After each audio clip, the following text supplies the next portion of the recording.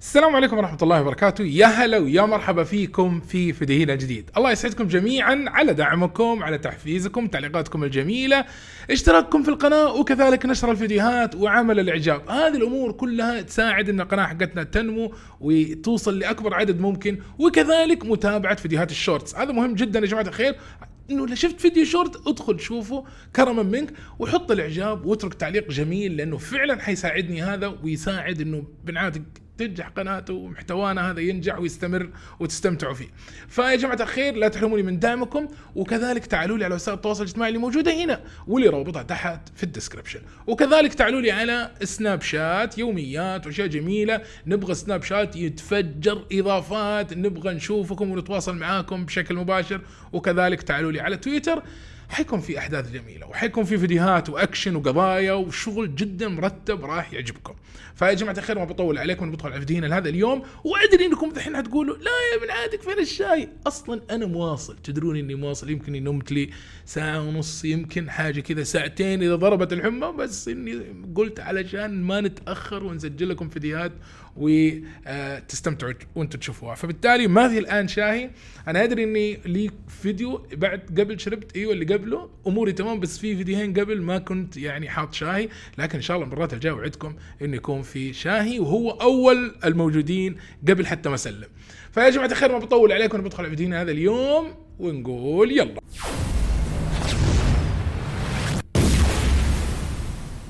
طيب يا جماعة الخير، زي ما انتم شايفين في هذا الفيديو بدأت هذه المطاردة. طبعا انا ملاحظ انه كثير تجيني طلبات يا جماعة الخير، مرة كثير، بنعاتك نبغى مطاردات في ترى يا جماعة الخير محتوى ثاني جميل جدا وحتشوفوه بإذن الله في الفيديوهات القادمة، يعني شوي بيبعد عن المطاردات ولكن برضو في نفس محتوى الشرطة والقضايا.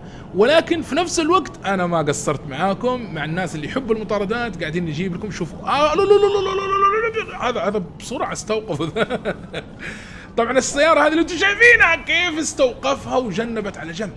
فالشاهد في الامر يا جماعه الخير، باذن الله راح تشوفون محتوى مطاردات، ما حقصر معاكم. شايفين الفيديوهات اللي فاتت كلها مطاردات، وهذا الفيديو الان باذن الله نستمر في المطاردات، ولكن يتخلى لها ان شاء الله بعد كذا فيديوهات ثانيه لمحتوى له علاقه في الشرطه، بس يمكن شويه يكون بعيد عن المطاردات. لاحظوا هذا الشخص يا جماعه الخير كيف قبل شويه استوقفه في المره الاولى، ولكن حاسه السياره قدر يعدل وقدر ينطلق ثاني مره. طبعا اعتقد والله اعلم انه ما في دوريه ورا، لانه لو في دوريه والله انه في صوت وننات، ولكن كان بامكانه ممكن يوقف ذا لما انحرفت السياره وحاصت مع الاستيقاف الاول يجون يقفلون عليه، ولكن اللي واضح لي انهم ما قدروا يقفلون عليه وانطلق. طيب السياره هذه بنعاتك كالعاده نحاول نخمن. ما مداني اخمن، دقيقه طارت السياره وتحكت صح. شو الطيران والدوريه اكلها كمان ونزل على الوجه يا جماعه الخير. اعتقد والله اعلم انه هذه التيما، يمكن انها التيما، ماكسيما والالتيما احيانا الخبط بينهم في الشكل صراحه، ولكن يبدو لي ان هذه التيما، وان شاء الله انه يكون يعني شو لحقوا قرب منه. صراحه هذه المطارده حاميه، يعني حتى لو بحاول استرسل في سالفه كذا ما يمديني من كثر ما هم ايش، يعني كل شيء موقف يصير، كل شيء حدث يصير. شوف والله شوارعهم في الحي هذا كلها طلعات، التقاطعات، صدمة زرق يمين يا حبيبي، زرق يمين. شوف في شارع ضيق بس بيجيبوه يعني. راح بطن السيارة، سواء حقت المتهم ولا الدورية، بطن السيارة العضلات راحت فيها. شوف العجة كيف نزل له على تراب، عزكم الله. شوف كيف بطن السيارة راح، العضلات راحت، ما فيها كلام. بعد شوي تشوف ريديتر يهرب إلا إذا كانوا يصفحونها من تحت الدوريات، صراحة ما عندي علم، بس في الغالب لا، ما أعتقد يصفحونها من تحت. يمكن القزاز، وكمان برضو القزاز مو كثير يصلحوه، ولكن على الأقل إنه ممكن ما تتأثر، مع إنه والله القبعات قوية اللي أكلوها. شوف كله قبع، كله بطناج، الطريق معدوم، الطريق كله حفر. نزلوا انتوا شفتون اللي صار؟ بغى يقش الرجال المتهم لما نزل. شوف لا بغى ايش ذا المطاردة ذي. عموما يا جماعة الخير زي ما انتم شفتوا الرجال طلع، والدورية بغى يخش في القشيعة اللي قدامه هذه الزرع، طلع ونزل يطارد هذا الشخص، وفعلا بعد مطارده في على ما يقولوا في العراء في وسط الغابه والحشائش هذه قدروا يسيطرون عليه ويجيبوه. طبعا ما حتقدر تشرط على الاقدام، يعني وين حتروح؟ يعني يمكن الدنيا عندنا هنا مفتوحه وتقدر تروح في وسط الشوارع، هناك عندهم لا يا حبيبي، يا بيوت ناس تطب فيها يا خلاء يجيك مفترس كذا وياكلك هناك. فحرفيا هم القوا القبض عليه، زي ما شفتوا كانت مطارده حرفيا قويه جدا، وما يمديك تلتفت، ما يمديك تقول سالفه، مقول هبت وخبط ومطبات، وفي النهايه بغى يقش الرجال اصلا. فاكتبوا لي رايكم تحت في التعليقات، وخلنا نشوف الفيديو اللي بعده ونقول يلا. طيب يا جماعه الخير، زي ما انتم شايفين هذه اعتقد انها تشالنجر. هذه السياره مسروقه. طبعا هذه السيارة مسروقة الآن ومبلغ عنها، فوضحت للدورية وعرف انه هذه مبلغ عنها، فقام لحقه على طول الآن في شارع واضح انه في وسط بلد، يعني منطقة كبيرة، ومزدحم الشارع زي ما انتم شايفين، وكباري وطلعة ونزلة، من أجمل الشوارع كذا لما يصير فيها كباري وطلعات ونزلات كذا، مو طلعات نزلات القبشية المكسرة، لا أقصد طلوع كباري ونزول، شيء مرتب يعني. فهنا شوف المطاردة الآن قرب منه الشرطي، أعتقد والله أعلم إنه هذه المطاردة ما حتطول كثير. شو كيف طلع من وراء الخط الأصفر يطارد وراه. طبعا برضو أغلب المطاردات يبدو إنها صايرة في الليل. شوفوا كيف قرب منه، قرب ما هو قريب مرة، بس شوف الحين قرب من جد، الحين قرب من جد منه. شوف أعتقد بيسوي له استيقاف. يعجبني اللي سريع. شوف قرب منه، لاحظة، اسمع بسم الله، أيوة أعطيه واحدة، واللي بغى يقش والله الدورية ترى بغى يخش في الجيب اللي قدامه، يا الله تخيل لو قشعه، تخيلوا. شوف جاء قدامه الحين، أعطيه واحدة يلا، مع إنه الشارع فيه له سيارات، بس هنا أعتقد مناسب بعد ما تتعدى ذي السيارة لا يفوتك. لا ما قدر. شوف قرب منه، أعطاه واحدة، هذا الاستيقاف. شوف هنا هذا التصوير من الداش كام حق الدورية اللي في الخلف علشان تشوف الاستيقاف. شوف كيف لما تم، شايفين كيف قدر انه يستوقفه وتنحرف السيارة وتحوس. بس هل حيروح زي اللي قبله ولا خلاص؟ شوف نزل على رجله وهرب اللي كان سارق السيارة، ودخل في الغابة زي اللي قبله، ولكن برضه حينزلوا وراه وحيطاردوه وحيجيبوه. زي ما انتم شايفين قدروا انهم يجيبوه من وسط الغابة، وبكذا سلموه او القوا القبض عليه. ولا تنسوا تكتبوا لي تعليقاتكم تحت عن هذا الموضوع وتعليقكم عليه، وخلنا نشوف الفيديو اللي بعده ونقول يلا. طيب يا جماعة الخير، زي ما انتم شايفين في هذا الفيديو السيارة اللي ماشية الآن، وتقريبا اللي قاعد يطردها الدورية جيمس، واضح من ارتفاعه فوق والسيارة صايرة تحت وشكل الصدام، في الغالب انه جيمس هذا. واللي عنده ملاحظة ما شاء الله عليه، حتى جسمه الكبوت يعرفه ما شاء الله عليه. فزي ما انتم شايفين الحين مطاردة وراه وشغل السفاتي. من يوم ما يشغل السفاتي ويطلع الونان انه المفروض انت تجنب، ولكن هذا يبدو انه ما يبي يجنب. شايفين ماشي على مهله. انا استغرب من الناس المطلوبين او الشخص اللي بيوقفوه، شو صدمه، ما طول هذا بس عرف يفلت.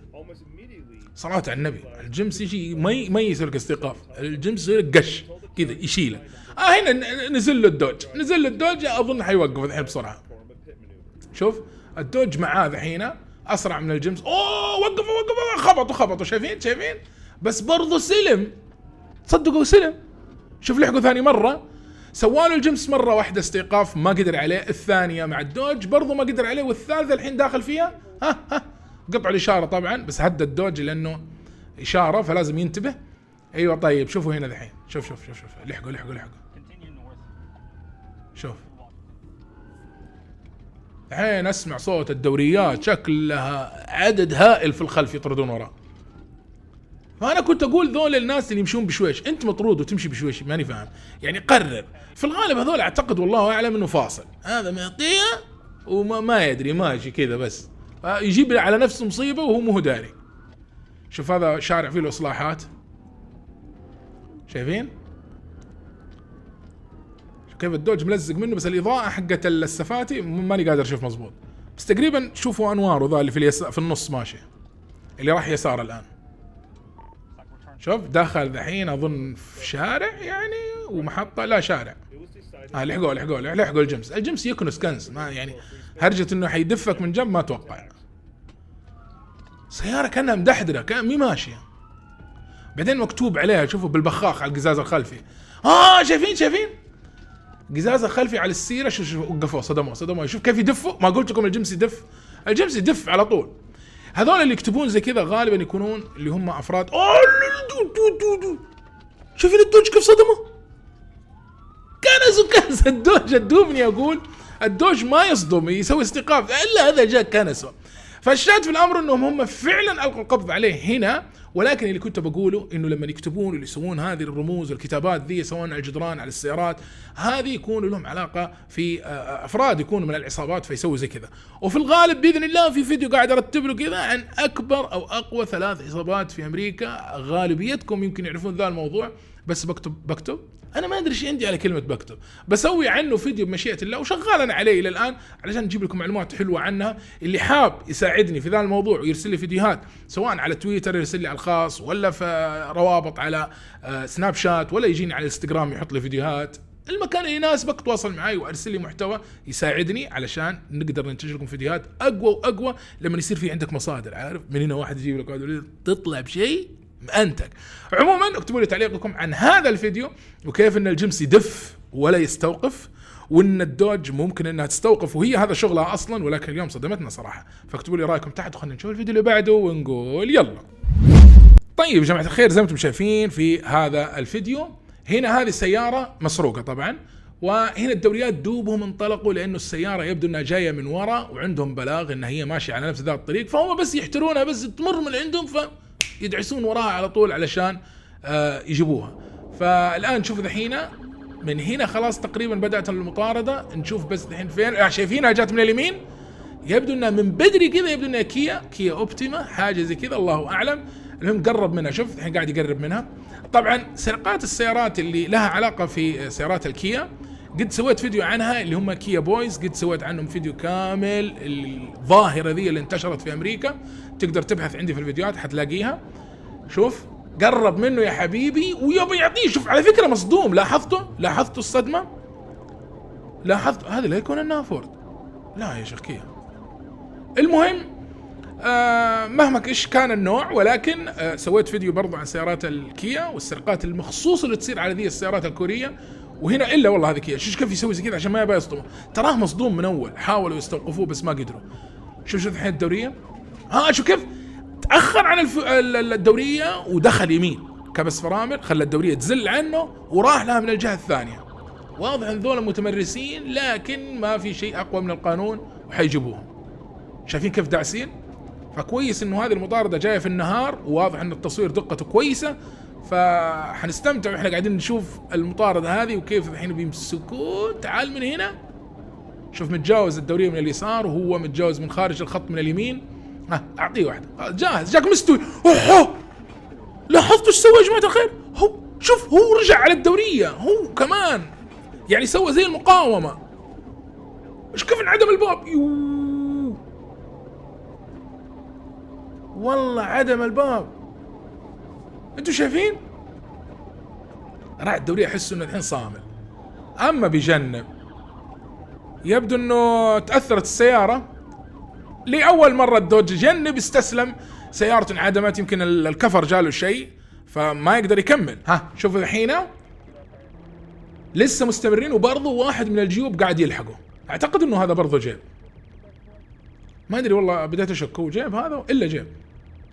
شوف قاعد يلحقه بعد ما قلت لكم انا ايش انه تعطلت اللي هي الدوج قبل شوي، لكن الان لا، المطاردة مستمرة بعد ما حصلت ذيك المشكلة. شوفوا كيف، شوف هذه ميزة لما تكون الأكتاف حقت الطريق اللي هي خلف الخط تكون فاضية. لما يصير لا سمح الله مطاردة، الدورية تبى تنطلق أو في إسعاف، رجع يسار، شوف ورجع ثاني مرة. تمام، ليش موجودة تكون فاضية؟ علشان للطوارئ زي كذا يقدر راعي الدورية يتصرف، يقدر يلاقي له مكان، يلاقي له درب يمشي فيه، أو الإسعاف يقدر يطلع. لكن أحيانا يجوك ناس الله يدوم يمسك الخط الأصفر، يمسك في النص، يمسك شارع مقفل من إلى.